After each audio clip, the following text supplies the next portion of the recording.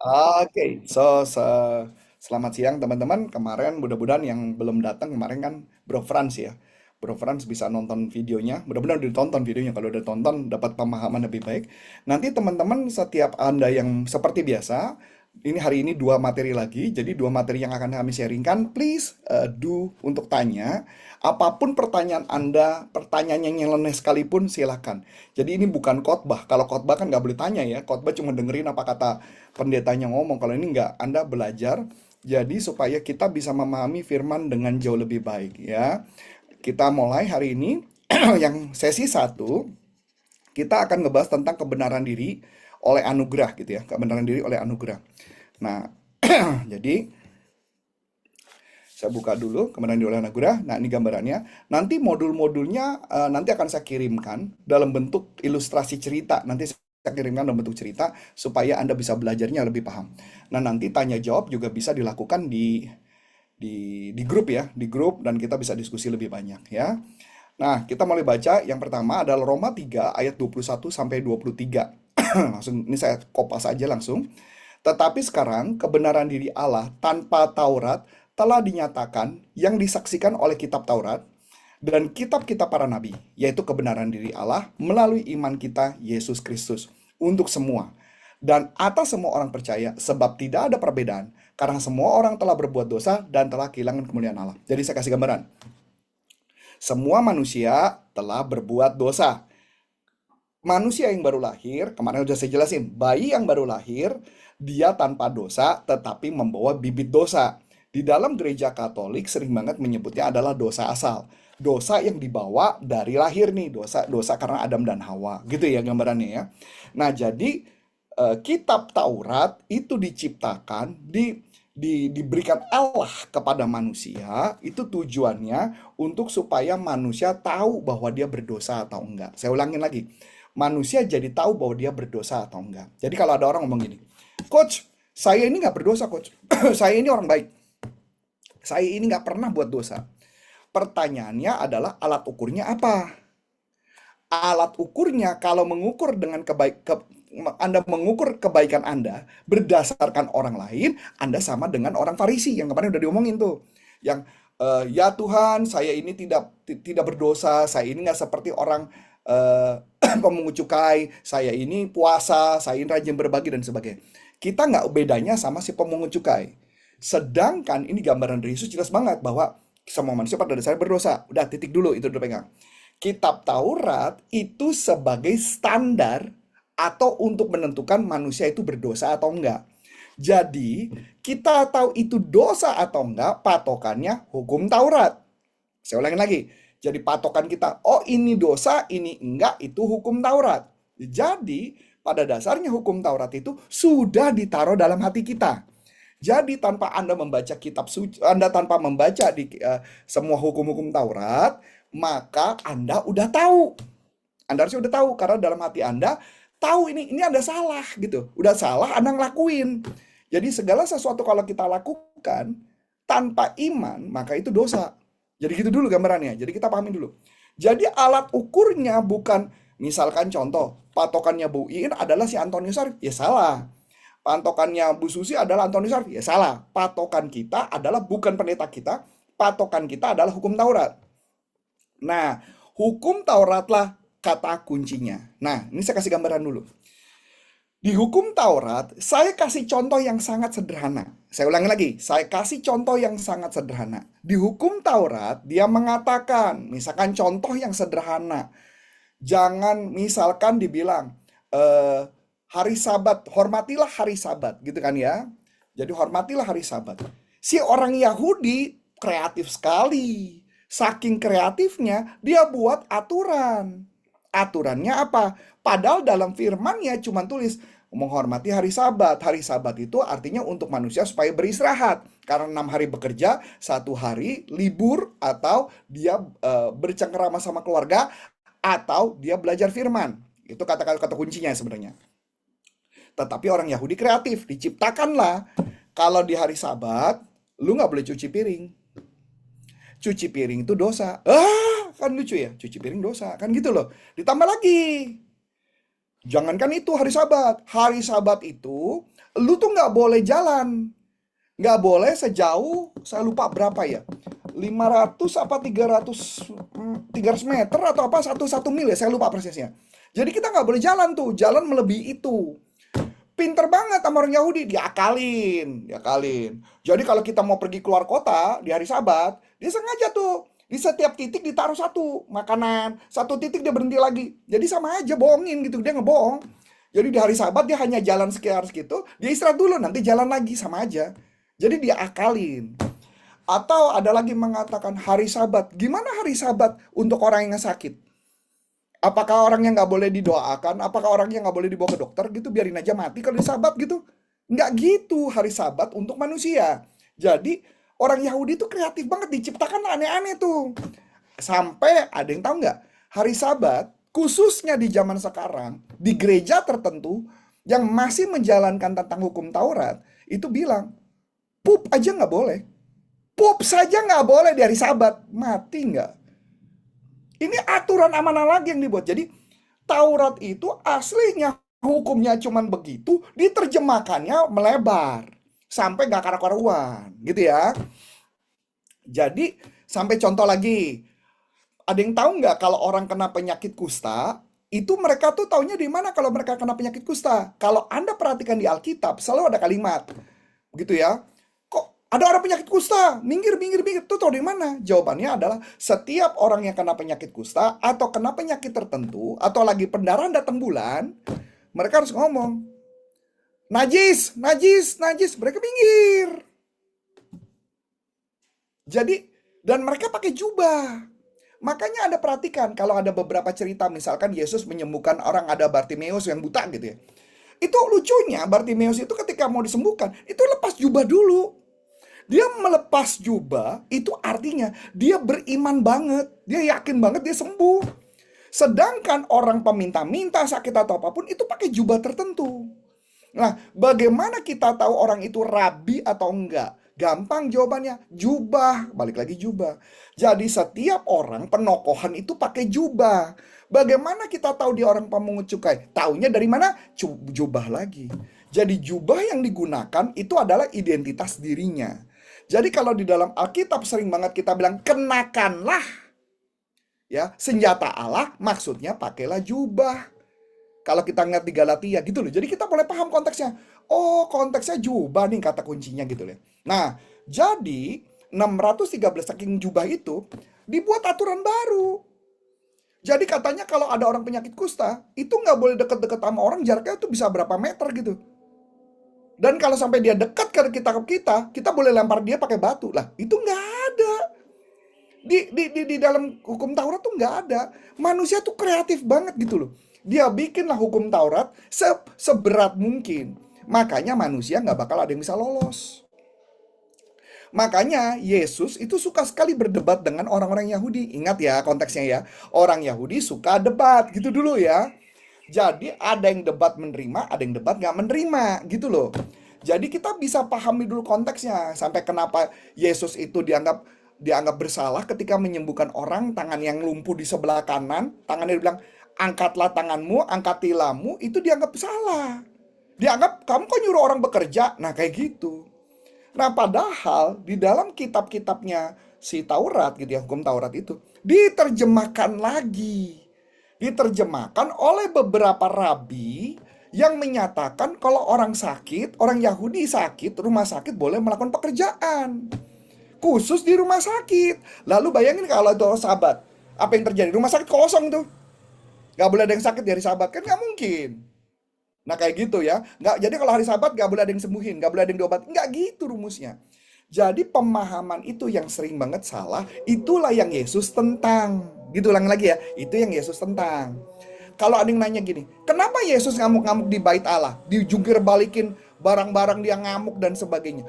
Bukan Yesus pemarah, gitu ya. Bukan Yesus pemarah. Yesus menjungkir balikan karena itu adalah hari untuk pengorbanan. Jadi artinya domba-domba dibawa dan sebagainya, burung merpati dibawa. Tetapi dijualnya mahal banget dan binatangnya cacat. Makanya kenapa Yesus marah? Yesus nggak akan marah kalau itu benar-benar murni, harganya bagus, memang harganya benar layak, bukan harganya diakalin. Dia cari keuntungan gitu loh. Itu yang Yesus marah. Ini sama seperti kuburan yang dimana ada orang kesempatan jual bunga, 7 rupanya mahal. Bunga-bunga estetik apapun dijual mahal, mumpung aji mumpung. Bukan gitu loh maksudnya. Yesus maunya fair, kita fair. Dan itu juga kita bisa belajar nih. Berarti kalau gitu, coach, sebagai kita pengikut Yesus, nggak boleh dong gua jual melebihi yang daripada seharusnya. Ya memang nggak boleh idealnya. Makanya kenapa kalau misalnya saya gini, kenapa saya jual sesuatu mahal? Saya jual sesuatu mahal, saya memberi nilainya juga lebih dengan nilainya. Jadi jangan kita jual mahal, tapi servis kita jelek. Itu loh maksudnya. Kalau servis kita jelek berarti kita udah melanggar yang Tuhan lakukan itu. Nah, itu gambarannya ya. Yang pertama, yang kedua. Betul Bu Kristi, memang ini parah banget kondisi itu, betul. Nah, jadi dulu makanya kalau ditanya Yesus marah kenapa, kita jadi ngerti. Kalau dulu kan saya nggak ngerti tuh. Kenapa ya Yesus ngambekkan tuh? Dia bikin cambuk, dia main cambuk-cambuk aja tuh. Kita nggak ngerti kenapa gitu loh. Nah, apalagi di hukum Taurat tersebut, di hukum Taurat totalnya ada 613 hukum Taurat, 613. Dan menariknya, ulangin lagi ya, menariknya, satu aja Anda langgar, Anda rusak semuanya. Saya ulangi lagi, Anda melanggar satu, Anda rusak semuanya. Bukan berarti gini, 613, Anda sempurna 612, Anda marah-marah. 612-nya dihitung. Enggak, itu langsung rusak.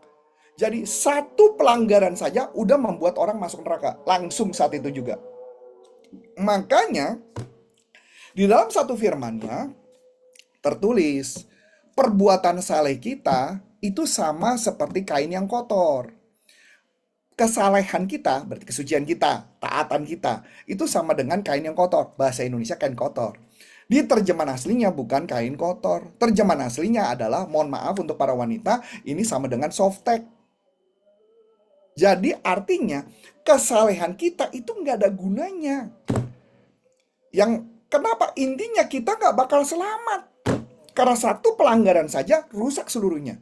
Sekarang saya mau nanya, siapa yang dari seluruh nabi atau siapapun yang ada di Alkitab, siapa yang sempurna dan tidak melanggar hukum Taurat? Jawabannya cuma satu, Yesus saja yang tidak melanggar. Saya sampai debat-debat juga, beberapa debat gitu ya. Saya debat-debat dengan beberapa orang Yahudi Mesianik gitu ya. Jadi ketika saya debat, karena saya cuma mau membuktikan bahwa Yesus bener nggak melakukan kesalahan. Karena ada statement dari Yahudi Mesianik mengatakan bahwa Yesus melanggar tentang hari Sabat. Saya jawab, Yesus tidak melanggar. Itu what I believe. Kok gitu? Ditanya. Loh sebentar.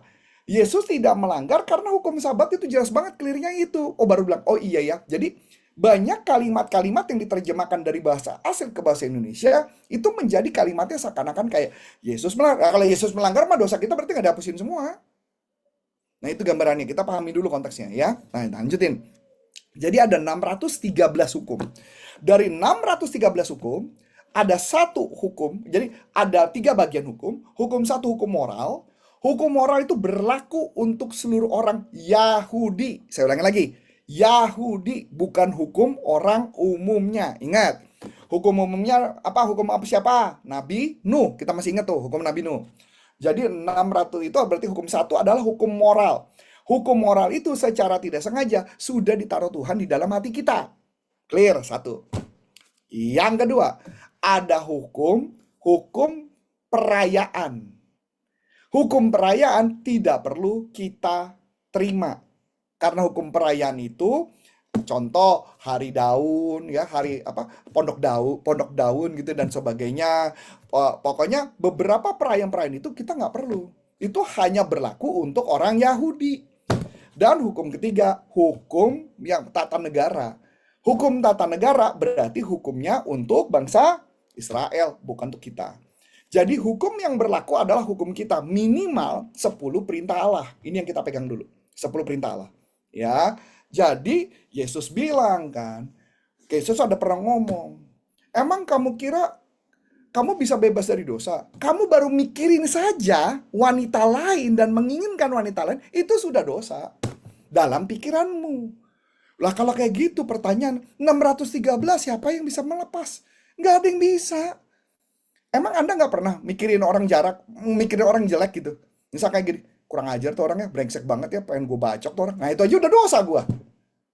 Mungkin nggak Anda bisa kayak gitu? Nggak mungkin Anda nggak pikir yang kayak gitu-gitu tuh. Misalkan contoh, kayaknya tuh orang jahat sama gue, berarti kita fitnah tuh, udah kategorinya. Baru mikir, gimana bisa bebas? Nggak akan bebas. Ya, makanya kenapa kita perlu Yesus. Gitu, baik lagi ya. Jadi ada 613 hukum. Nah, pertanyaan yang menarik. Jadi, ada dua jenis kebenaran. Jadi kebenaran adalah satu, kebenaran diri manusia, kedua, kebenaran diri Allah. Maksudnya apa? Kebenaran diri manusia artinya manusia berusaha berbuat baik sehingga dia dibenarkan di hadapan Allah. Yang jadi masalah adalah manusia tidak bisa benar di hadapan Allah. Gimana cara manusia bisa benar di hadapan Allah? Tunggu sebentar, saya ambil gelas biar bisa dapat gambarannya. Saya akan membuat analogi dulu.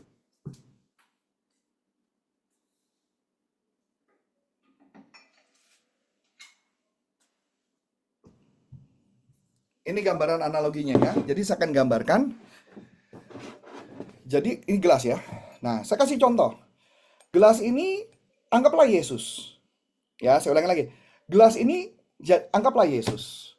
Sedangkan kita ya, anggaplah ya, ini adalah kita. Kita nih ya. Di dalam firman di Yohanes lupa antara 14 16 gitu ya. Bahwa kita di dalam Yesus, Yesus di dalam kita. Jadi kita di dalam Yesus. Kita di dalam Yesus maksudnya kita mati bersama Yesus.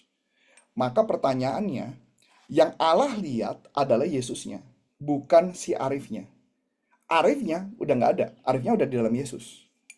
Dan Yesus di dalam kita, artinya firman-Nya tinggal di dalam kita.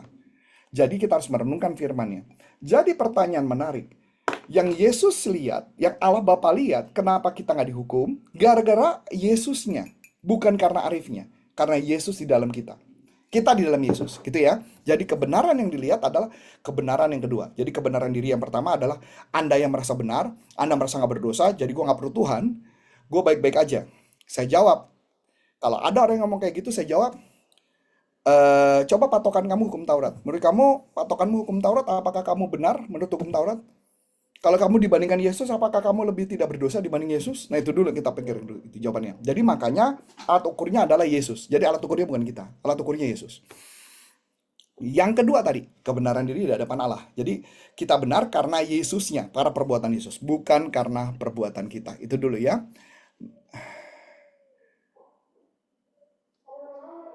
Ya,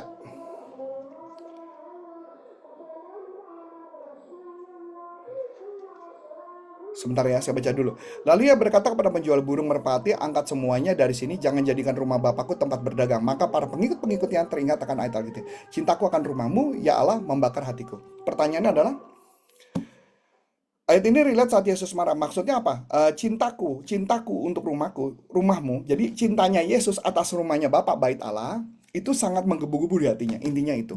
Jadi gambarannya, yang Yesus marah adalah karena perbuatan orang-orang yang berdagang di sana. Jadi ketika saya kebetulan belajar Yahudi Mesianik, saya tahu nih, oh, jadi Yesus marah bukan karena pedagangnya. Kalau kita pemikirannya sederhana karena dagangnya, maka apa yang kita akan lakukan? Maka di gereja nggak ada yang dagang satupun. Padahal gereja banyak yang dagang kan, dagang kopi, dagang kue, dagang roti, dagang buku kan gitu ya. Enggak, bukan itu yang dibahas ya. Karena pembahasannya adalah jangan melakukan hal yang di luar yang seharusnya. Gitu gambarannya, Bu Kristi. Ya, jadi kita lanjutin dulu. Nah, jadi kita terima kebenaran diri iman karena iman kepada Yesus Kristus. Jadi kita diselamatkan karena iman kita kepada Yesus. Kalau iman kita kepada Yesus, bahwa Yesuslah penyelamat kita, udah kita selamat. Ingat ya, kita mengaku dengan mulut dan hati percaya bahwa Yesus adalah Tuhan dan Juru Selamat. Maka kita diselamatkan. Nah, Roma 5 ayat 17. Sebab, nah ini menarik nih. Sebab jika lewat pelanggaran oleh satu orang kematian, oleh satu orang kematian memerintah, jauh lebih baik lagi mereka menerima kelimpahan anugerah dan karunia kebenaran diri. Akan memerintah dalam hidup melalui satu pribadi, Yesus Kristus. Artinya kita udah clear. Karena satu orang yang naik di atas kayu salib, kita ditebus. Karena Semua dosa-dosa manusia sudah ditanggung di dalam tubuh Yesus. Bahkan, saya senang banget dengan salah satu analogi yang dibuat sama Joseph Prince. Jadi karena ketika Yesus mengatakan beberapa hal, kalau teman-teman masih ingat ketika Yesus salib, ya, dia gimana caranya proses Yesus mati? Saya jawab ya, Yesus tuh memang nggak bisa mati. Yesus tuh nggak bisa disalib. Sebenarnya, tetapi ada kalimat menarik. Yesus, apa istilahnya? Dia melepaskan haknya dia untuk dia menjadi korban, untuk dia naik di atas kayu salib. Yesus melepas ketuhanannya saat di kayu salib. Dengan dia melepas ketuhanan dia kosong, pada saat itulah dia terima itu semua. Nah, pada saat diterima, selesai, Yesus ngomong apa? Sudah selesai. Pertanyaannya, sudah selesai ini artinya apa? Kalau karena Bu Kristi adalah guru bahasa Inggris, pasti tahu. Kalau di dalam pengadilan Bu Kristi, kita bukan pengadilan Indonesia. Pengadilan di Amerika, Bu. Ketika pengadilan Amerika, orangnya ngomong apa, Bu? Bahasa Inggrisnya. I rest my case. I rest my case. Finish. Itu finish. Ini yang diomongin Yesus. Finish apa? Dosa, penyakit, penderitaan, semua ditanggung di dalam tubuh Yesus Kristus. Dan menariknya, menurut beberapa cerita, saya lagi cari buktinya ya, saya belum dapetin buktinya. Beberapa orang mengatakan, total cambukan Yesus di tubuhnya itu sama dengan jumlah kategori penyakit. Jumlahnya sama dengan kategori penyakit. Ini menurut beberapa cerita. Saya lagi coba cari, saya belum nemu datanya gitu ya. Saya coba cari. Ini yang ngomong beberapa pakar-pakar teologi. Saya cari buktinya belum dapat. Jadi kalau saya percaya Yesus karena saya melakukan riset, ada hampir 500 nubuat tentang Yesus ada di dalam Alkitab. Dan sebagian besar di Perjanjian Lama. Itu persis banget semuanya. Ada 500. Bahkan secara teori, kebenaran satu kali saja udah hampir gak mungkin. Kebenaran 10 aja udah gak mungkin. Ini kebenarannya 500. Nubuatannya hanya terjadi pada Yesus. Dan tidak mungkin terjadi kepada orang lain. Hanya kepada Yesus. Kalau mau dibuat kemungkinan, gimana cara buat kemungkinan? Ya sebanyak 500. Sampai apa? Contohnya, Yesus dicambuk, jumlah cambukan, naik di atas kayu salib, jubahnya diundi. Kemudian Yesus itu bait Allah terbelah dua, Yesus turun di atas kayu salib, dikuburkan di kuburan yang kosong dan sebagainya gitu ya. Dikuburkan di tempat yang baru dan sebagainya gitu. Itu semua dan dia bangkit dan sebagainya. Itu nubuat yang hampir tidak mungkin gitu loh. Nubuatnya tuh hampir tidak mungkin. Itulah yang kalau ditanya ya. Saya bisa percaya Yesus itu adalah Tuhan setelah melihat ada 500 itu loh. 500 nubuat itu. Sampai saya urutin satu-satu tuh. Saya cari nubuatannya. Dan nubuatannya clear. Dan menariknya, ada bukti kedua. Ada ahli sejarah, namanya Josephus. Josephus itu pernah menulis bahwa ada gosip, rumor yang mengatakan Yesus bangkit. Itu ada. Josephus yang ngomong itu. Nah, ini kan makin banyak ya case-case kayak gini. Bahkan menariknya, setelah after Yesus wafat, Yesus naik naik ke atas surga. Itu semua orang tuh kayak kan secara logika ya. Ada beberapa kalau ada yang dan ini biasanya kalau yang di luar Katolik jarang baca kitab Deuterakanonika ya namanya. Deuterakanonika itu menariknya dalam kitab itu menceritakan beberapa cerita-cerita tentang Mesias lain selain Yesus.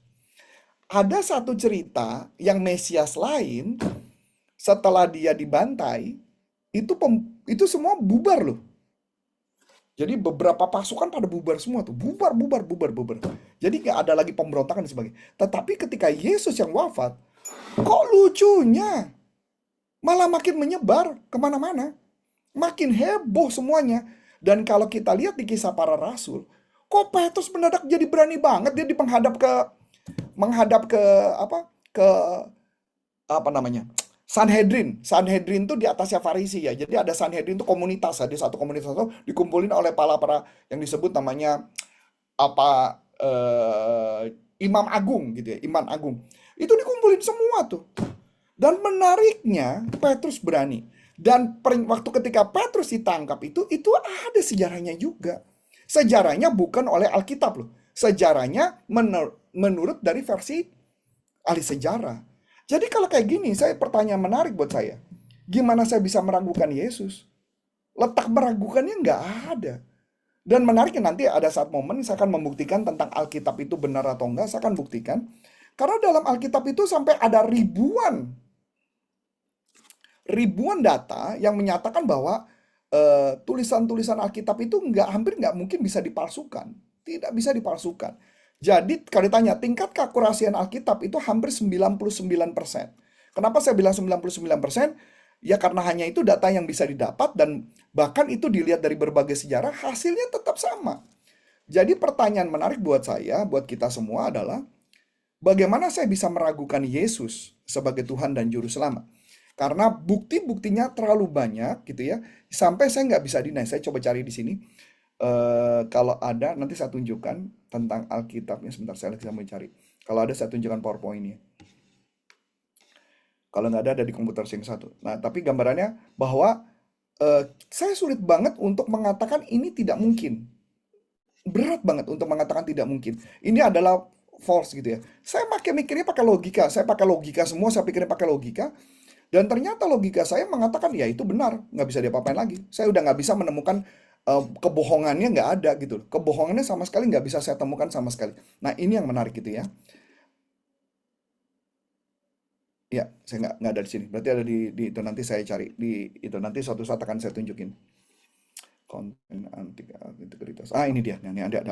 Nah, ini saya tunjukin. Ini yang sampai akhirnya saya ngelihat bahwa gimana bisa saya nganggap Alkitab itu impossible? Enggak. Karena kelihatannya udah makin makin makin nggak bisa dibantah gitu ya. Kebenarannya nggak bisa dibantah. Saya akan tunjukkan. Saya buka dulu ya.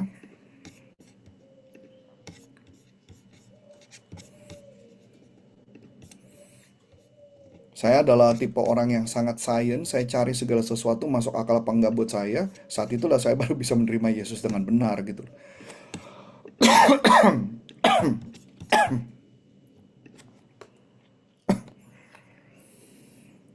Ya, sebentar.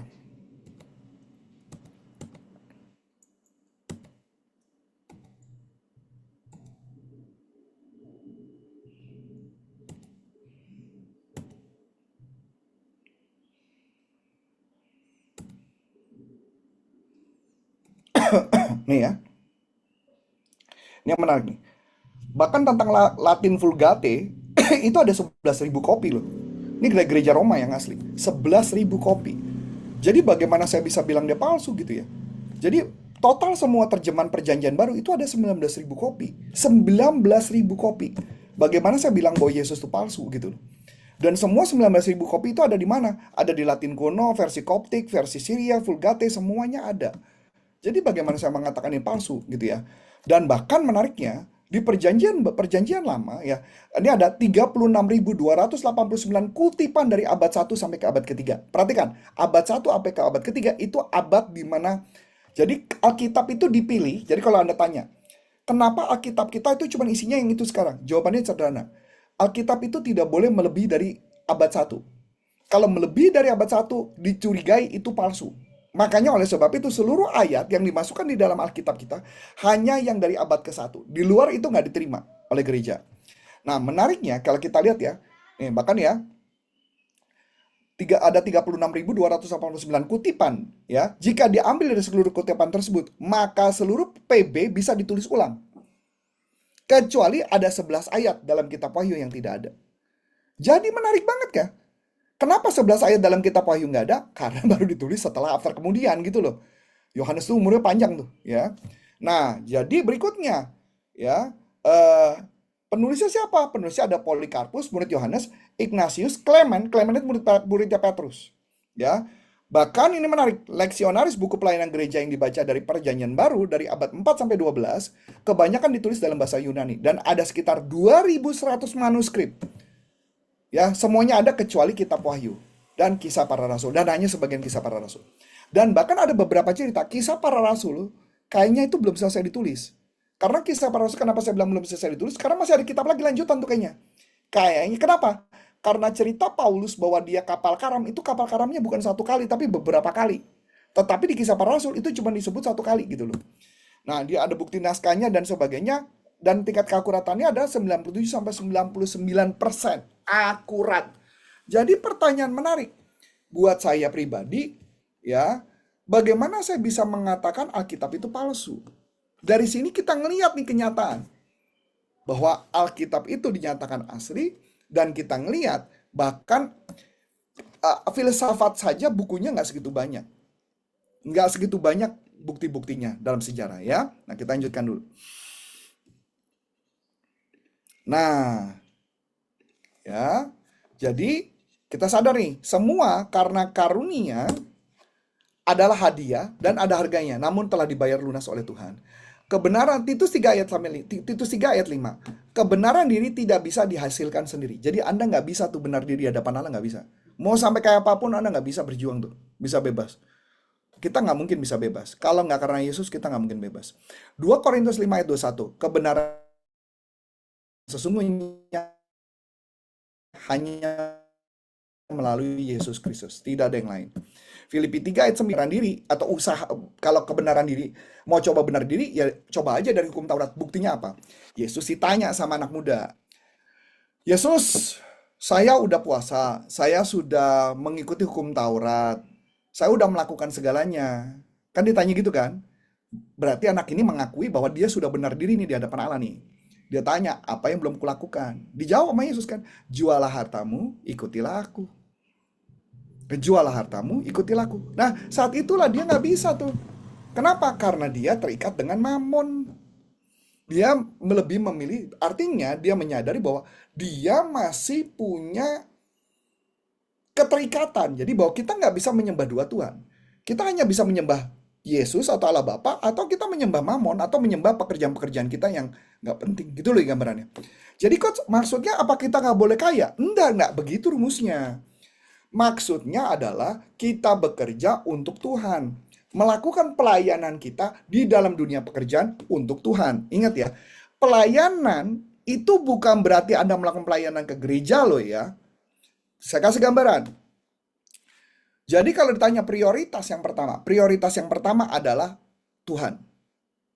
Prioritas kedua adalah keluarga. Kalau ditanya keluarga, spesifiknya siapa? Pasangan. Spesifik nih.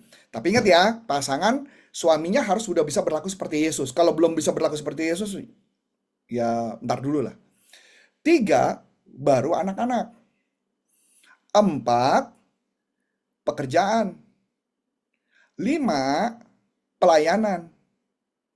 Pertanyaan menarik. Dipakai sama pihak gereja. Lo harus melayani gereja. Itu sama dengan melayani Tuhan. Diasumsi nomor 1. Tidak. Anda melayani di gereja itu bukan melayani Tuhan. Melayani Tuhan adalah Anda intim sama Dia. Intim di mana? Intimnya bukan di gereja, tapi intimnya baca Alkitab, memuji Tuhan, itu intim. Makanya kalau ditanya jawabannya, Tuhan kita nggak bisa tinggalkan. Pasangan nggak bisa ditinggalkan. Nah ini saya jawab yang punya buin. Ya, pasangan nggak bisa kita tinggalkan.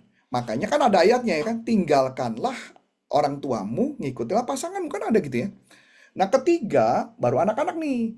Berarti keempat, berarti pekerjaan. Kalau anak sakit, maka kan kita bisa ngorbanin kerjaan tuh. Maka kita ngurusin anak kan gitu loh. Ya, gimana pelayanan? Pelayanan kan bisa digantikan. Saya ulang lagi, pelayanan bisa digantiin dari gereja. Tapi suamimu nggak bisa digantiin loh. Apalagi Tuhan nggak bisa digantiin. Kebanyakan kita berasumsi kita udah pelayanan, jadi suami itu diabaikan. Karena dianggap suami itu nggak penting tuh. Lah kalau suami nggak penting atau pasangan nggak penting, saya nih misalnya sibuk-sibuk di gereja nih, saya sibuk aja di gereja nih, sibuk di gereja. Saya abaikan anak saya abaikan istri saya. Maka apa yang terjadi? Saya melanggar loh. Saya melanggar nih, urutannya melanggar. Gitu ya. Orang tua urutan keberapa? Orang tua urutannya setelah pelayanan. Orang tua urutannya setelah pelayanan. Gitu ya. Jadi jawabannya adalah pada saat mereka menikah, Tugas kita, ingat ya, anak itu bukan punya kita. Anak itu punya Bapak. Bapak titipkan kepada kita. Saya ulangi lagi. Tuhan titipkan anak kita kepada kita. Dan tugas kita mendidik mereka sesuai dengan rancangan Tuhan. Jadi, kalau saya ngatur anak saya gini, Matthew, kamu jangan ngambil otomotif robotik. Gak usah, mendingan kamu ambil ekonomi. Enggak, itu saya salah. Saya berdosa. Karena Tuhan punya rancangan sama anak saya. Maka yang saya lakukan adalah, waktu Matthew bilang gini, Matthew bilang saya, Pak, kayaknya cari duit di Australia kayaknya menarik deh, Pak. Cari duitnya gimana? Cuci piring menarik, Pak. Enak aja nggak bisa cuci piring. Tuhan, Allah Bapa udah menaruh di hatimu untuk menjadi inventor, menjadi penemu. Tugas Papa adalah cuman menjaga impian Bapak atau rancangan Bapak dalam hidupmu. Ketika kamu sudah mulai ngawur, Papa tegur. Nggak mau loh, Papa. Gitu ya. Anak saya, dia mau ngambil animasi. Apa saya cegah-cegah? Kagak, padahal anak gue jago banget dagang tuh. Si Jenis tuh. Gue cegah, kagak tuh. Saya cuman bilang, impianmu adalah animator. Tugas saya adalah menjaga impianmu. Menjaga impian Bapak pada hidupnya dia. Itu tugas kita sebagai orang tua. Tapi ketika anak udah menikah, saya harus mundur. Tugas saya udah nggak di situ lagi. Karena tugas saya sudah menyerahkan tugas saya pada Bapak. Karena udah selesai tugas saya. Gitu ya. Nah ini yang buat orang tua kadang-kadang nggak bisa. Orang tua ngerasa, kamu udah nggak perhatian lagi ya sama mama ya. Nah itulah mulailah problem di situ tuh. Karena anak itu punya dia, punya kita, bukan punya Tuhan. Tugas kita cuma memberi rancangan dia. Itu aja yang kita mesti gambaran ya. Makanya, jadi saya bisa ngerti kenapa kadang-kadang suami istri bisa berantem karena orang tua. Itu jawabannya. Karena dia masih ada di merasa dia punya saya gitu. Itu akan jadi problem. Ya, ini juga berlaku di ini sih Bu In, di mertua saya juga gitu Bu In. Jadi adiknya istri saya itu kalau saya ngomongin Bu In, waduh, gua habis dimarahin Bu In. Saya dimarahin habis gitu ya. Kenapa? Karena dia ngerasa itu punya saya. Dia udah married, tapi masih tinggal sama anaknya. Anaknya tinggal sama mamanya. Dia tinggal sama istrinya. Itu kalau saya ngomongin, waduh, galaknya minta ampun tuh. Mertua saya, oh langsung kayak saya mau dimakan gitu. Saya udah nggak bisa ngomong tuh. Nah kayak gitu ya. Begitu Bu In. Jadi tugas kita adalah ngedidik anak sampai di level itu balikin ke pasangannya. Selesai. Jadi kalau ada Kasihan berantem ya, apa? Coach. Sorry Kalau Bu In. yang orang tua yang sudah single, kasihan dong, Coach. Balik lagi, single itu bukan berarti saya juga punya orang tua single sama Bu. Lalu yang merawat orang tua saat dia sudah Nah, pertanyaan menarik Bu. Anak itu diciptakan bukan untuk merawat kita Bu. Anak itu diciptakan, nah ini yang ketakutan orang tua. Saya sama istri sudah berkata sama anak sama istri saya. Sampai kita nanti akhir, jangan pernah minta uang sama anak. Itu yang pertama. Saya nggak akan pernah minta uang apapun sama anak. Kedua, saya sama istri saya mendingan saya keluyuran mengajarkan firman Tuhan kepada orang lain. Itu yang bisa saya lakukan, saya lakukan. Yang ketiga, yang merawat kami siapa? Nggak perlu. Saya bisa bayar untuk merawat saya kok. Nah itu gambarannya. Makanya apalagi saya menjaga kesehatan saya. Jadi kesimpulannya, bagaimana siapa yang mau ngerawat? Kalau sampai mau ngerawat, paling jawabannya adalah sederhana. Ya enggak, cukup aja misalkan kita perlu suster gitu ya. Tapi kalau mama kita menjaga tubuh kita dari sekarang dan kita sehat, kan kita nggak perlu suster, Bu. Kita kan perlu suster kalau kita sakit, Bu. Kalau kita sehat, enggak kan? Nah, paling nggak minimal, ya rumahnya dia deket sama rumah kita juga nggak bisa nuntut dia. Kalau mama kita yang punya problem, kalau misalnya kita butuh ada orang yang menjaga kita, ya udah tinggal pakai uang kita toh. Kita pakai uang kita untuk ngurusin kita, atau kita masuk aja ke panti jompo, kita tinggal bayar kalau perlu. Kalau saya sih nggak, saya nggak akan rencana punya ke panti jompo sih, gitu ya. Karena makanya kenapa saya perkuat diri saya perkuat dulu, saya sehatkan tubuh saya, istri saya sehatkan tubuhnya dia. Yang paling banyak problem istri saya jauh lebih sehat daripada saya. Saya harus membuat diri saya sehat dulu. Begitu Bu In. Baik, Ya, Coach. gambarannya ya. Jadi anak-anak kalau dia mau ingat kita mau nggak ingat, tugas kita udah selesai sebagai orang tua. Paling kalau ibu mau manja-manja, ya manja wajar lah Bu, namanya orang tua kan, kita manja gitu. ih kamu jahat deh lupain mama. Nah itu boleh bu. Ya mudah-mudahan anaknya sadar gitu kan ya. Kalau dia nggak sadar ya tugas kita udah selesai paling nggak mendidik dia sih. Intinya itu bu. Ya, Hmm. Coach, satu lagi, Coach. boleh, boleh, boleh. Kalau cucu, Coach, ada yang teman saya bilang cucunya dipegangin terus, soalnya supaya anaknya juga nggak bisa kabur. Ada yang bilang, Hus, Enggak, itu enggak. udah menjadi milik orang tuanya, kamu Ya, hanya ya, seandainya dititipin dan sebagainya. Ini yang ya. benar yang gimana, Coach? Sebenarnya Gitu. pada dasarnya gini ya Bu, kalau ditanya ya, ini kalau dititipin gitu ya. Sebenarnya idealnya adalah anak-anak itu nggak dititipin ke kita sih Bu. Cucu-cucu itu Hmm. nggak dititipin. Tapi masalahnya kita sebagai orang tua atau sebagai kakek nenek, itu kan seneng ya sama cucu kita ya Bu. Jujur Iya aja ya. dong. Iya Ya dong, dong. jujur dong. Kalau Hmm. saya lebih baik, kita lebih baik pada saat dititip ya dititip. Tapi idealnya harusnya mereka bisa ngerawat tuh anak itu. Satu. Yang kedua, kalau mama kita yang ngerawat, anaknya nggak terdidik. Kenapa? Saya buktiin Bu. Saya buktikan satu cerita. Adik ipar saya itu merit. Meritnya merit muda, Bu. Merit muda. Hmm. Anaknya dititipin ke mertua saya, Bu. Mm-mm. Ibu tahu apa yang terjadi, Bu? Bu, Manjanya, Rek. bukan hanya manja, Bu. Itu bahkan sampai umur 5 apa 6 tahun, Bu. Itu makan, makan ya, Bu. Dikunyahin sama kakeknya, terus makanan dikasih ke cucunya, Bu. Lu kira Hmm. burung? Mm-mm. Dan Bu, Ibu bayangin, itu jijik banget kan, Bu? Ya, ada Ya, bakteri juga. ya kan bakteri kita yang kunyah dikasih ke cucu, Bu. Kenapa nggak Hmm. pakai blender gitu loh? Tapi perhatiin Bu, umur berapa tadi Bu? Lima Ini mas, tahun. Kan nggak harusnya 5 tahun bisa makan sendiri dong. ya. Kenapa? Berarti ini manja Bu. Hmm. Dan tahu apa dampaknya? Giginya rusak semua. Hmm. Nah, yang orang nggak pernah ngunyah, Hmm. Oke. giginya maju mundur semua tuh Bu. Hmm. Dan tahu Bu apa yang terjadi? Akibatnya sama orang tuanya ketika mertua yang laki-laki meninggal Bu, ngamuk lu Bu. Iya sih. Ke bapak ibunya, badan-badannya gede banget lagi. Dan tahu nggak Bu, saya pernah nih waktu mertua saya meninggal Bu, saya kan tinggal di rumah di Manado Bu. Umurnya udah 6 tahun Bu, 6 apa 7 tahun Bu. Dengan santainya, dia cuman begini Bu, dia berdiri di meja nih Bu, berdiri di meja, santai, berdiri Hmm. santai nih. Terus dia ketawa Bu, hehehe, ngompol Bu. Ya alah, ya ampun. Ini bukan bayi loh. Hmm. Dia cuma ketawa, hehehe. Ya ampun Bu, saya sampai ketok pala nih. Astaga. Hmm. Saya sama istri saya yang menasehati. Berulang-ulang saya yang menasehati, berulang-ulang terus saya nasehatin ke orang tua. Supaya ngerti sebenarnya cara itu juga nggak benar gitu loh. Malah akhirnya karena anak yang gede itu diurus sama mertua, dia punya anak kedua malah bagus bu. Hmm. Diurus sama orang tuanya. Gigi Hmm. bagus, badan bagus, lebih sehat gitu dan sebagainya. Hmm. Begitu Bu In. Baik, Dapat ya coach. Bu? Kadang-kadang maksudnya baik, hasilnya nggak baik ya Bu. Oke, Baik, saya coach. lanjutin Terima dulu ya. kasih. Baik. Coach, saya kurang mengerti. Tadi Coach mengatakan segala sesuatu yang dilakukan tanpa iman adalah dosa. Apakah boleh jelaskan lagi? Boleh, nanti saya akan jelaskan ya. Nanti di bagian akhir saya akan jelaskan. Saya lanjutin dulu. Jadi, nah di bagian akhir kita mau jelasin dulu beberapa hal gitu ya.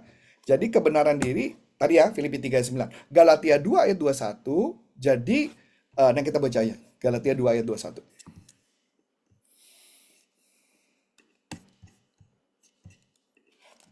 Sebentar ya, saya buka dulu Alkitabnya.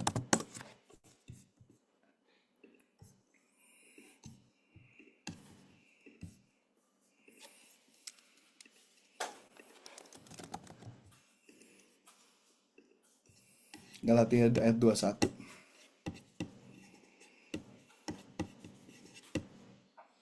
Nah ini ya.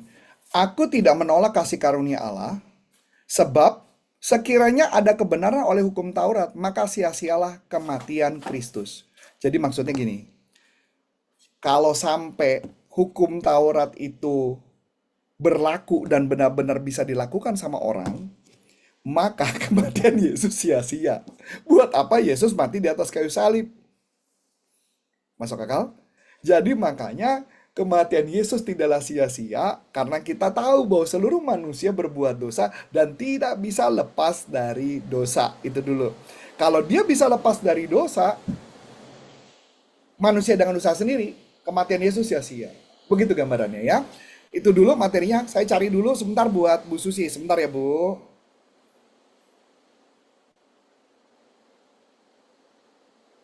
Sebentar ya.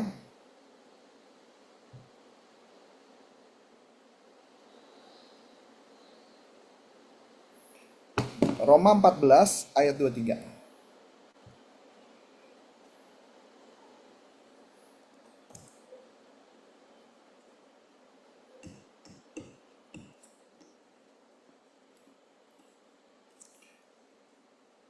Kita baca dari dua-dua ya.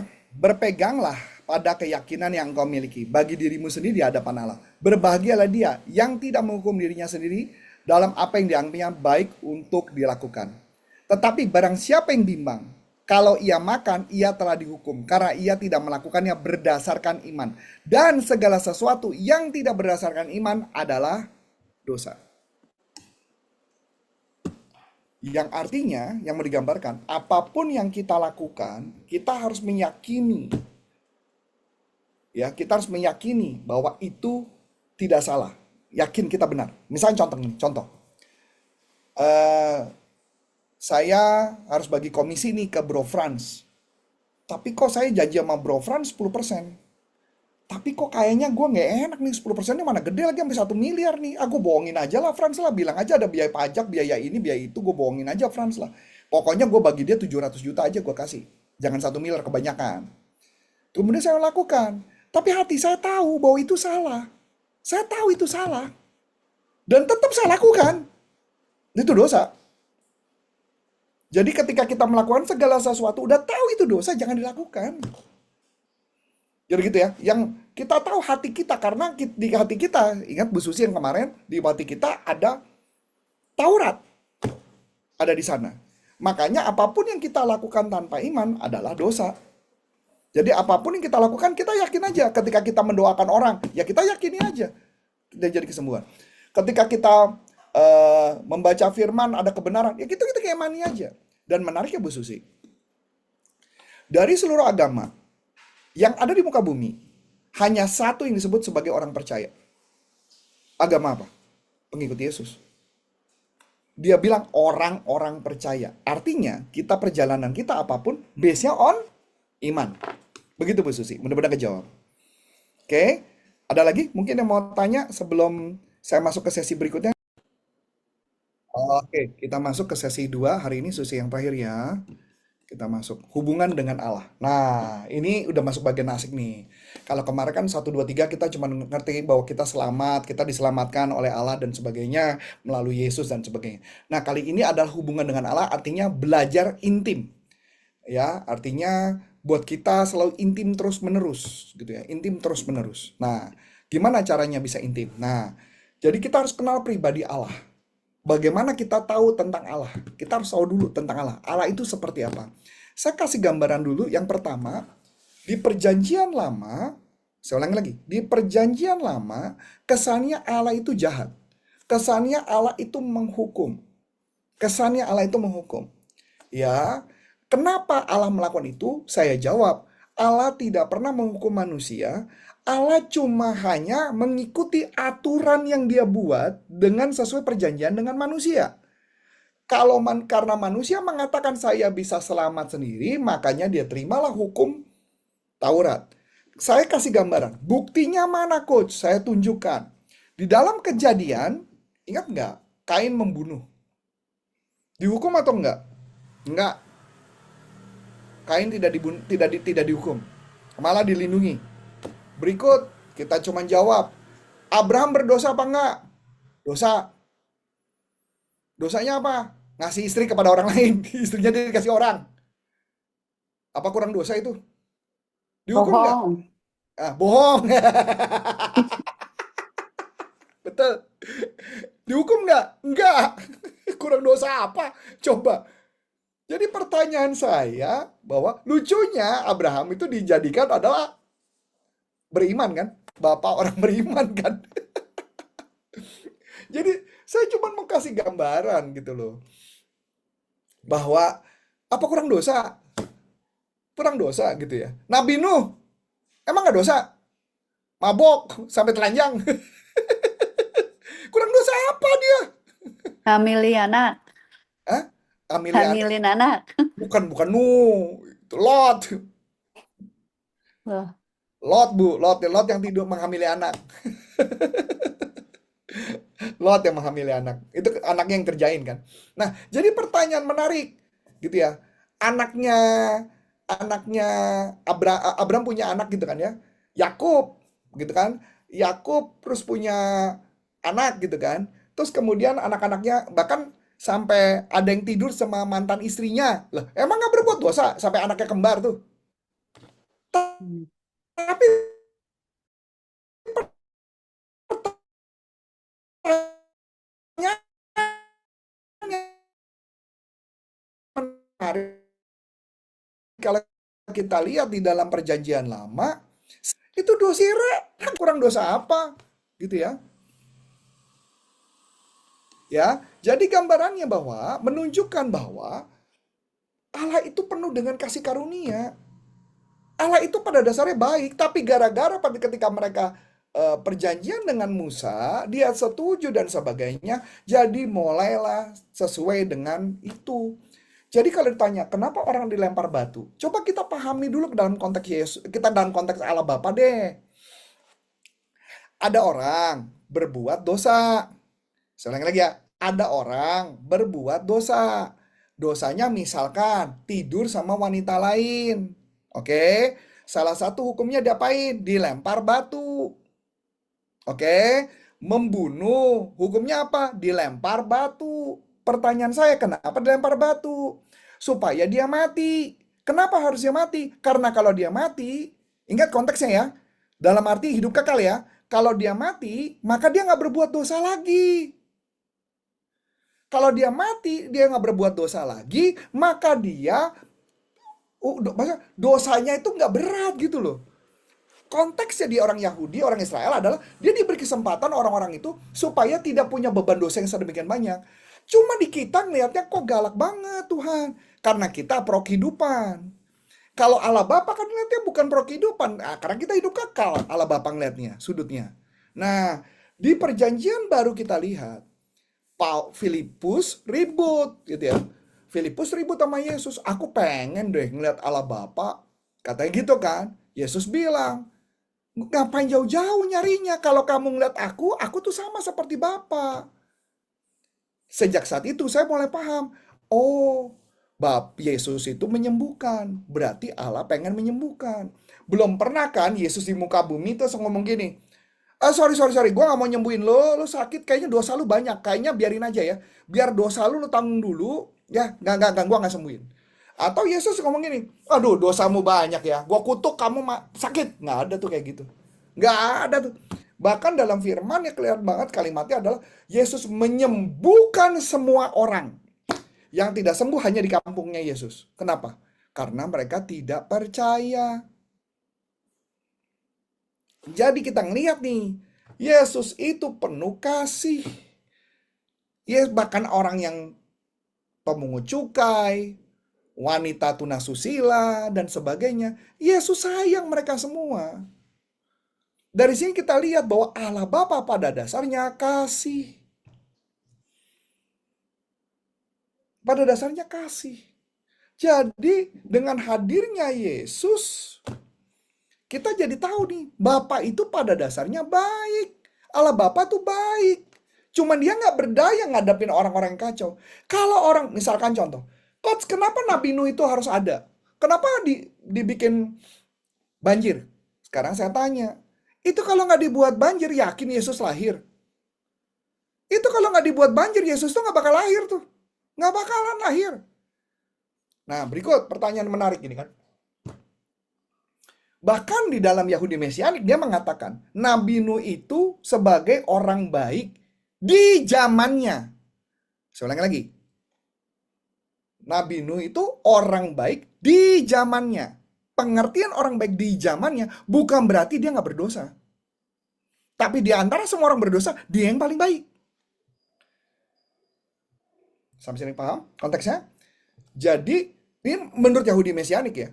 Jadi artinya dia itu dianggap baik dalam konteks menurut di zamannya. Sebenarnya nggak baik dia. Dia dosa juga sama. Itu dulu gambarannya. Nah, dari sini kita belajar satu hal gitu loh. Kita belajar satu hal. Bahwa Allah Bapa tidak pernah menghukum pada dasarnya. Sampai turunlah itu. Dan Anda tahu kalau ada cerita ya tentang yang tadi Ibu Im sempat ngomong tidurin anaknya. Jawabannya apa? Lot itu cerita menariknya tentang Lot. Itu kan waktu Lot itu, Sodom dan Gomora mau dihancurin. Itu kan malaikat dan Kristofani yang sebagai Yesus itu, dia nanya gitu, dia nanya, kita nggak boleh menghukum gitu aja. Kenapa? Karena Abraham sudah sebagai saksi kita di dunia. Itu ada dalam firman-Nya tuh, dalam Kejadian. Jadi Abraham tuh sudah sebagai wakilnya saya di dunia. Jadi saya nggak boleh main menghukum gitu aja. Saya perlu datang dulu ke Abraham, ngasih tahu nih Abraham, gue mau ngasih tahu Sodom Gomora mau gue hancurin nih. Boleh nggak gitu? Sodom Gomora, Abraham nego. Kan nego kan dia nego kan. Gimana kalau ada berapa orang? Sampai akhirnya nego berapa orang terakhir. Nah ini menunjukkan bahwa Allah Bapa tidak akan main begitu aja, main sekonyong-konyong menghukum orang begitu aja kalau dia sudah menyerahkan kekuasaan kepada Abraham saat itu. Begitu juga ketika Allah Bapa menyerahkan kekuasaannya kepada Yesus dan Yesus sudah menyerahkan kepada kita, Allah Bapa juga tidak akan bertindak semena-mena. Ini yang kita pegang. Gitu. Ini hukum yang akan dipegang. Jadi gambarannya kayak gitu ya. Nah, kita lanjutin dulu. Jadi, kita harus pahami dulu. Jadi Kejadian 3 ayat 1 sampai 5 ya. Sebenarnya kita tahu, ya ini saya nggak sempat kita buka ya. Tapi intinya Kejadian 3 ayat 1 sampai 5 cuma nunjukin bahwa waktu saya tunjukin aja. Ini cara kerja iblis soalnya. Saya kasih tahu aja daripada nanti Anda dibohongin iblis. Kejadian 3 ayat 1 sampai 5. Ini cara kerja iblis ya. Saya belum mau ngomong yang di bagian ini, tolong diperhatikan baik-baik ya. Perhatikan baik-baik. Saya mau baca dulu di bagian Kejadian 2.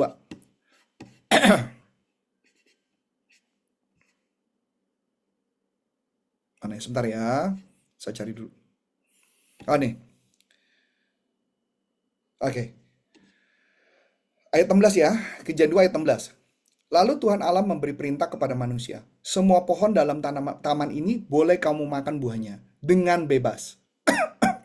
Tetapi pohon pengetahuan yang baik dan yang jahat, perhatikan baik-baik ya. Tolong diperhatikan tulisannya. Tapi pohon pengetahuan yang baik dan yang jahat, janganlah kau makan buahnya. Sebab pada hari engkau memakannya, pastilah engkau mati. Oke ya, pegang ya. Jangan kau makan buahnya. Perhatikan, di ayat 3 enggak gitu. Di Kejadian 3 enggak gitu. Adapun ular yang paling cerdas dari segala binatang di darat yang dijadikan oleh Tuhan Allah. Ular itu berkata kepada perempuan itu, tentulah Allah berfirman, semua pohon di dalam taman ini jangan kamu makan buahnya. Ini kan omongan Allah. Persis. Oke? Saat perempuan itu kepada ular itu, perhatikan baik-baik. Buah pohon-pohon dalam taman ini boleh kami makan. Tetapi, perhatikan ya, buah pohon yang ada di tengah taman, Allah berfirman, jangan kamu makan ataupun raba buahnya, nanti kamu mati. Ada yang beda nggak? Ada yang beda nggak? Dengan Kejadian 2? Beda dong. Bedanya apa? Ada diraba-raba segala. Exactly. Di Kejadian 2 Allah cuma bilang makan. Di Kejadian 3 dibilang makan dan raba. Maka diperhatikan nih, kita perhatiin ya. Berikutnya nih. Tetapi Allah mengetahui bahwa pada waktu kamu makan yang matamu akan terbuka, kamu akan menjadi seperti Allah, tahu tentang yang baik dan jahat. Perempuan itu melihat bahwa buah pohon itu baik untuk dimakan dan sedap kelihatannya. Lagi pula pohon itu menarik hati karena memberi pengertian. Lalu ia mengambil dari buahnya. Ingat ya, ia mengambil dari pohon buahnya. Mati nggak? Enggak. Kan di sini jelas. Dia bikin nih, raba buah pohon itu mati. Ini menurut asumsi si Hawa. Kalau diraba dia mati. Lah bukti gue raba nggak mati. Berarti kalau gue makan nggak mati dong. Padahal Allah ngomongnya apa? Dimakan. Saat itulah kita mati. Apanya yang mati? Saya jawab, yang mati adalah Roh Kudus yang ada di dalam kita mati. Kita cuma ada roh manusia, rohnya lepas. Hmm. Saat itu kita terpisah dengan Roh Kudus. Kita nggak bisa lagi berhubungan dengan Tuhan. Karena cuma ada tubuh, jiwa, dan roh manusia, bukan roh Tuhan. Ketika kita menerima Yesus sebagai Tuhan dan Juru Selamat, pada saat itu Roh Kudus sudah ada di kita lagi. Ada dua prinsip dari teologi. Prinsip yang pertama, Roh Kudus datang di atas roh kita. Prinsip yang pertama. Prinsip yang kedua, Roh Kudus dengan roh manusia bergabung menjadi satu. Andrew Wommack yang percaya yang mana? Yang kedua. Roh Kudus gabung menjadi satu dengan roh kita. Kenneth Hagin percaya yang mana? Roh Kudus sama roh manusia, dia menumpangi roh manusia. Mana yang benar? Sama benar. Jadi kalau mama konteksnya bahwa mengatakan, kalau Bu In, saya kan pasti pernah dengar dari Bu Bu Jane pernah ngomong, kita harus memberi makan roh kita dengan firman. Pernah dengar nggak Bu In? Lupa-lupa deh, Nah, Bos. kalau mama dia bilang kalimatnya, kita perlu membaca kitab suci sama dengan memberi makan kepada roh kita. Itu supaya apa? Biar firman itu memakan kita. Itu adalah aliran Oh iya, iya aliran satu. ada. Iya, Ada ya Bu iya. ya? Itu Makan aliran roh. satu. Aliran Hmm, dua, Roh Kudus mengambil alih semuanya, firman itu untuk jiwa, bukan untuk roh. firman untuk jiwa. Ya, Oke. firman itu untuk jiwa, bukan untuk roh. Roh itu udah nggak perlu dikasih makan. Oke. Roh sudah sempurna di dalam Oh, udah Yesus, sempurna. Coach. Iya, betul. Jadi, mau aliran yang manapun para pakar teologi nggak penting buat kita, Bu Iin. Yang penting kita udah selamat, ya nggak, Bu Iin? Jadi, mau aliran satu, mau aliran dua, sama-sama intinya buat saya. Dapat ya, Bu? Jadi kita Ya. lihat nih Kejadian 3 ayat 1-5 jelas banget tentang ular dan Hawa bahwa cara kerja iblis adalah dia memutarbalikan ayat satu. Yang kedua, Hmm.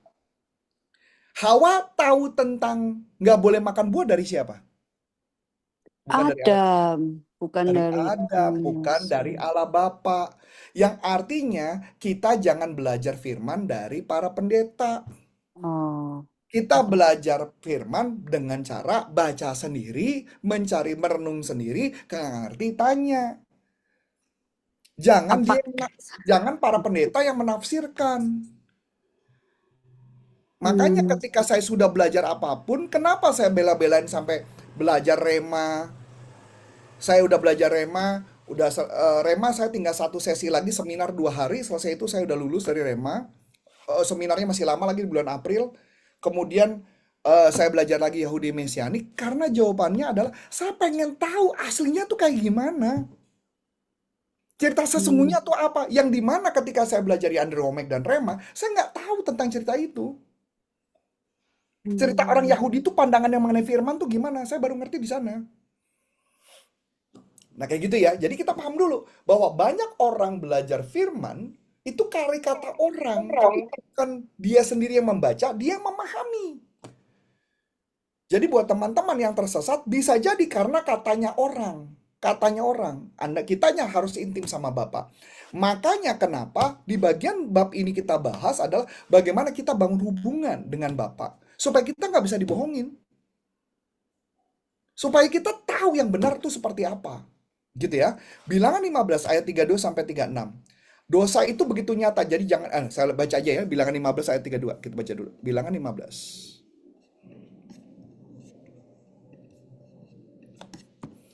Ya, jadi alasan kenapa kami berkali-kali mengajak teman-teman baca kitab suci, cuman gara-gara adalah supaya kalian bisa mengerti sendiri. Jangan sampai kita salah, gitu ya. 32 ya, ayat 32 sebentar. Bilangan 15 ayat 32. Ini. Ketika orang Israel ada di padang gurun, didapatilah mereka seseorang yang sedang mengumpulkan kayu api pada hari Sabat. Lalu, orang-orang yang mendapati dia sedang mengumpulkan kayu api itu menghadapkan dia kepada Musa dan Harun. dan segenap umat itu. Orang itu dimasukkan ke dalam tahanan oleh karena belum ditentukan apa yang harus dilakukan kepadanya. Lalu berfirmanlah Tuhan kepada Musa, orang itu pastilah dihukum. Segenap umat Israel harus melontari dia dengan batu di luar tempat perkemahan. Lalu segenap umat menggiring dia keluar tempat perkemahan, kemudian dilontari dia dengan batu, sehingga ia mati, seperti yang difirmankan Tuhan kepada Musa. Maksudnya apa yang mau digambarkan di sini? Yang mau digambarkan di sini tadi, ingat ya. Jadi ketika mereka mati, tujuannya adalah supaya apa? Supaya mereka tidak terjadi dosa. Tidak terjadi lagi orang-orang ngikutin dan sebagainya. Jadi kita tahu ya, jadi dosa itu berat banget. Jadi jangan dianggap enteng. Sorry, kok mati? Dosa itu nggak boleh dianggap enteng. Dosa itu harus dianggap Hmm. serius. Ya, jadi kita paham. Jadi Allah terpaksa melakukan itu. Roma 7 ayat 13. Jadi kita sadar nih, Roma 7 ayat 13 kita baca dulu. Roma 7 ayat 13.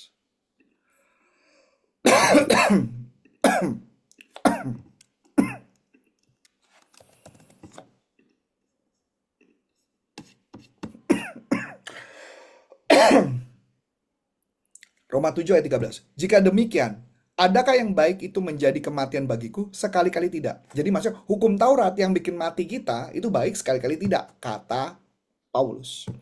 Tetapi supaya nyata bahwa ia adalah dosa. Maksudnya kita tahu peraturan itu, kita jadi tahu bahwa itu dosa. Supaya kita nggak melanggar. Maka dosa mempergunakan yang baik untuk mendatangkan kematian bagiku. Maksudnya, jadi karena kita tahu dosa, maka kalau mama saya melakukan itu, saya mati. Ya, supaya oleh perintah itu dosa lebih nyata bagi keadaannya sebagai dosa. Jadi maksudnya kita sadar kalau itu dosa, saya nggak akan melakukan. Saya nggak mau melakukan karena itu benar-benar salah. Di sini dalam Roma 7 ini mau dijelaskan bahwa kita perlu Yesus. Nggak bisa kita berjuang sendiri. Ya, jadi kebanyakan manusia adalah berusaha untuk selamat. Nggak bisa. Bahkan Anda tadi Roma 7 ayat 14 yang Anda baca, itu Anda akan menemukan bahwa daging itu saling bertarung satu sama lain. Di mana kehendak Anda tidak berbuat dosa, tapi daging Anda nyuruh, udah buat dosa aja, buat dosa enak gitu kan. Gitu ya. Jadi hati Allah mau melakukan rekonsiliasi antara dirinya dengan manusia bukan untuk menghakimi kita.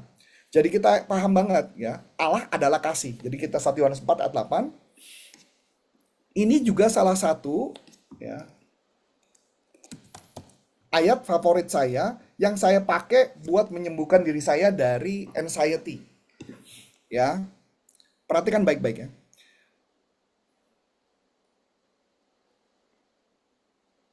Barang siapa tidak mengasihi, ia tidak mengenal Allah.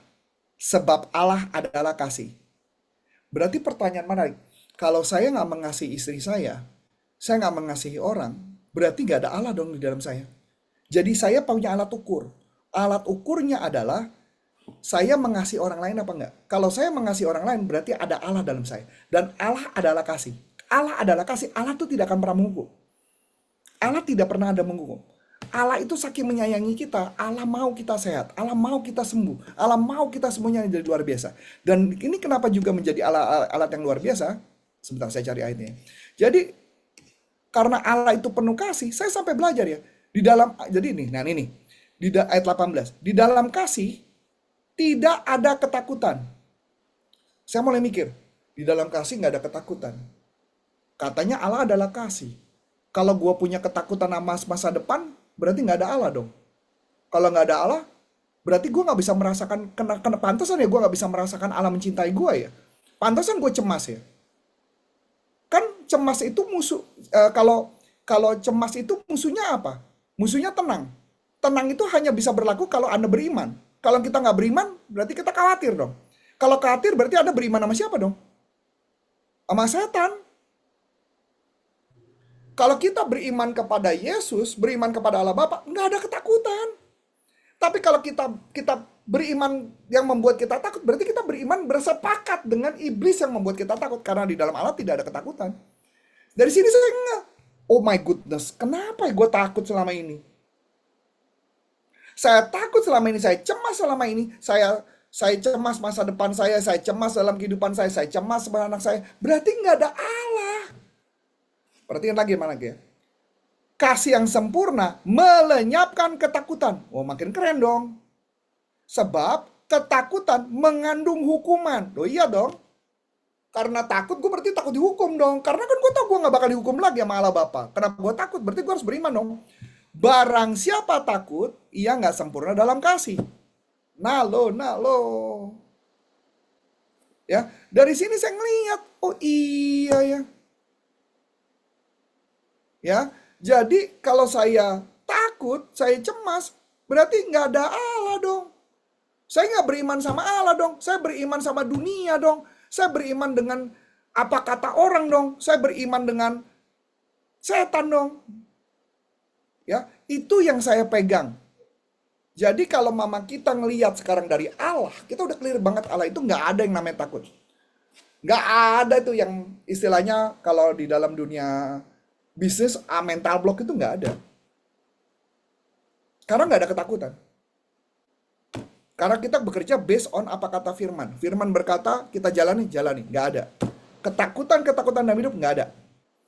Jadi kalau kita beriman kepada Yesus, dan tidak ada ketakutan sama sekali. Ya, nah itu gambarannya. Kenapa Bu In? Pas saya lagi, halo, Ya, lagi suka sama 2 Timotius 1 ayat 7. Coach, Allah tidak pernah memberikan kepada kita roh ketakutan, betul, namun memberikan pada kita tuh roh yang betul, membangkitkan kekuatan, kasih, bahkan penguasaan diri sekaligus di situ. betul. Ini Dan juga, itu lagi ini kalimat yang keren banget. Jadi kesimpulannya, kok kenapa kita takut ya? Jadi di roh Allah ya cuman kita diberikan kekuatan, kasih, dan ketertiban. Jadi nggak ada ketakutan dalam kita. Dan ini yang saya renungkan berkali-kali, yang membuat kenapa saya selama ini cemas, saya masuk di rumah sakit vertigo dan sebagainya. Saya punya kecemasan akan masa depan, saya takut karyawan gajiin karyawan gimana. Itu menunjukkan saya nggak ada kasih. Dimana nggak ada Allah dalam saya. Berarti saya kurang beriman. Saya harus mengimani itu. Itu yang saya pegang. Ya, thank you Bu In. Nah, kita lanjutin lagi ya. masih banyak atau udah boleh tanya, Coach? Masih banyak Bu. Satu lagi. Oke, Ntar dulu baik, ya. Coach. Baik. Ya. Jadi ini tadi sudah dijelasin ya, Kejadian 2 ayat 17 dengan Kejadian 3 ayat 3 tentang tadi ya, yang buah diraba ya. Nah, Roma 6 ayat 23 dia mengatakan upah dosa adalah maut. Roma 10 ayat 3 mengatakan kebenaran diri tidak bisa diusahakan sendiri, nggak bisa. Kita hanya bisa mengandalkan Yesus. 1 Yohanes 1 ayat 9, ia setia dan adil asal kita mengaku dosa. Jadi dia akan tetap mengampuni dosa kita selama kita minta ampun kepada dia. Yohanes 14 ayat 9, Allah seperti Yesus ini yang diomongin dengan Filipus. Jadi kalau kita pikir-pikir, dari omongan ini semua kita sadar bahwa karakter Allah adalah baik. Allah itu baik. Jadi, buat disimpulkan di bagian ini, saya cuma mau kasih gambaran. Allah itu pada dasarnya baik, dan memang Allah itu baik. Jadi, kalau kita tahu Allah itu baik, maka kita tahu kita berdoa sama siapa. Berarti segala hal-hal yang baik, tidak baik, itu datang bukan dari Allah. Itu datang dari dunia. Itu datang dari pencobaan yang dikerjakan oleh iblis untuk menjatuhkan kita. Allah itu baik. Allah itu mencintai kita. Dia menyayangi kita. Itu yang di message yang mau saya sampaikan. Oke, silakan kalau ada pertanyaan. Silakan Bu Yin.